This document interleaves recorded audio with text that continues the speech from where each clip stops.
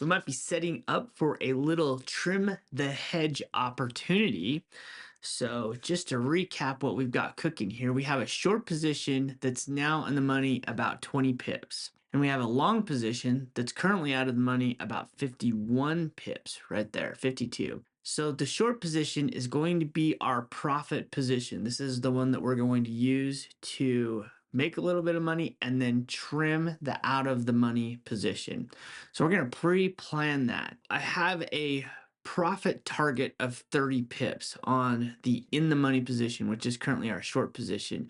When that is in the money 30 pips, then our out of the money position, which is the long position in this case, will be out of the money about 62 pips. So we're going to pre-plan that trade.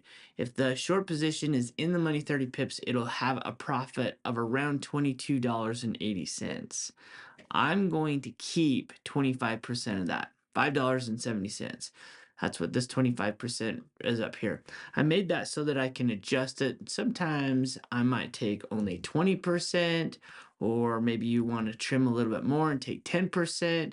I usually take around 25 to 35%, depending on the setup. In this scenario, we're going to keep 25% and we're going to apply the rest of that profit. So of the $22.80, I'm going to keep $5.70 and I'm going to apply $17.10 to the out of the money position. So this long position up here. So that position will be out of the money, $47.12. I'm going to apply $17.10 to it, which means I'm going to trim it by 3,629 units. The reason why that works really well for me is I put a little bit of money in my pocket, and then this position that's out of the money, it's no longer close to the market. I'm decreasing that, and I have units available to me to go back into the market closer to the market. The goal is for this to get 30 pips in the money, which would be around 35410. So let's just put that in there so we kind of have a line that we're shooting for. We need about 10 more pips in order for that to get to our 30 pip target profit. This thing has really sold off. I'm gonna put a take profit down, put the take profit back in. I'd taken it off because it wasn't working that way. But it may just get there. And so this would trim us, this would be about 62, 30, 36.29. So we're going to partially close this one if this happens at 36.29. So we're kind of all set up right now. We've got our partial close window right here ready to go. Oh, give us 3.3 more pips. That's close. It's close. There it is. So now we're going to partially close that guy. What that leaves us is 6,371 on the long side, and I don't have anything on the bottom. So I have an unbalanced hedge. And I'm hoping for a little bit of a pullback down here. So I'm going to put a sell stop. So now, instead of protecting the short position, we're going to protect the long position, those 6,371 units. So this will be a sell stop, and we're just going to balance that hedge of 63.71. I just have this down here below the market. Usually it's around 30 pips. I'd be like 081. If we were a true 30 pips, it'd be down here around 081. There, modify that, give it a little breathing room. So we close that at 35411. I'm just gonna put a little line right there, 35411. Let's make that green. That's like a target spot that we're trying to get to. If we were getting a little bit of a pullback, it definitely came down probably about 10 pips below where we closed. So when we closed at 30, it just continued to float just a little bit more, and now we're starting to see that pullback. The goal is to get above this green line. Anything above that green line helps to cover the cost of your commission and go towards drawdown. If you can get 4 or 5 pips on the pullback, then that covers your 25% commission and it's an even trade.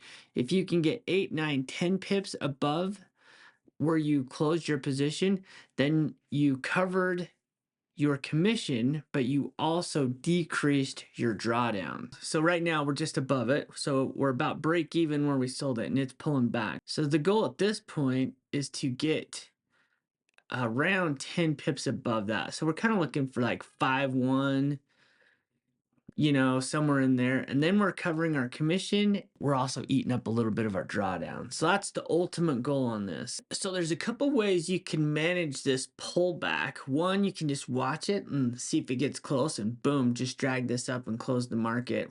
One thing I like to do if it's a little bit hesitant is this is where you can put a sell limit for the same amount of shares.